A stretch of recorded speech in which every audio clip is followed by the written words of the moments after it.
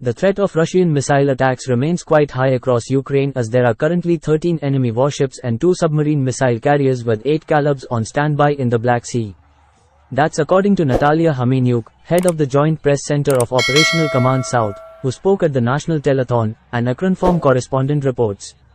The threat remains high enough because the enemy is looking for new tactics. This is obvious, and we are watching this process carefully.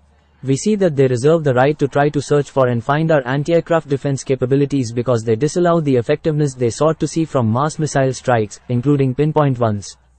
Therefore, they use drones as reconnaissance in this regard. They also try to use other methods, air balloons, which we have seen. Now we see the amassing of their naval grouping in the Black Sea. In particular, these are 13 warships at this stage and 2 underwater missile carriers with 8 Kalibrs on standby, Humeniuk noted, adding that the defense forces will also continue to monitor the activity of the enemy's tactical aviation.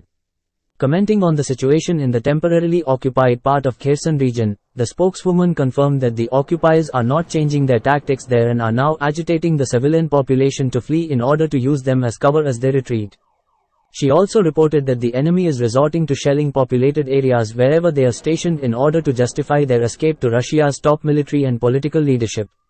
The general situation regarding the deployment of Russian troops is generally characterized by the fact that they are setting up more and more defense fortifications on remote frontiers, the spokeswoman said. As Ukrinform reported earlier, the Russian army shelled Kherson region 119 times over the past day.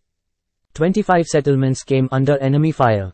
In Kherson region, 2 people were killed and a woman was injured as a result of Russian shelling on Tuesday, February 28. This is said in a statement by the Kherson Regional Prosecutor's Office published on Telegram, Ukrinform reports.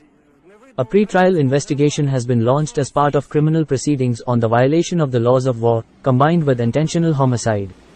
According to the investigation, on February 28, the Russian army again shelled residential districts of Kherson city and suburban settlements, the report says. A man was killed after a Russian projectile hit a residential building in the regional center. Another civilian got fatal injuries in a Russian shelling of a village. Medics couldn't save the victim. It is noted that at least 1 woman was injured. According to the prosecutor's office, the Russian shelling damaged houses, power lines, gas pipelines, heating network, and vehicles.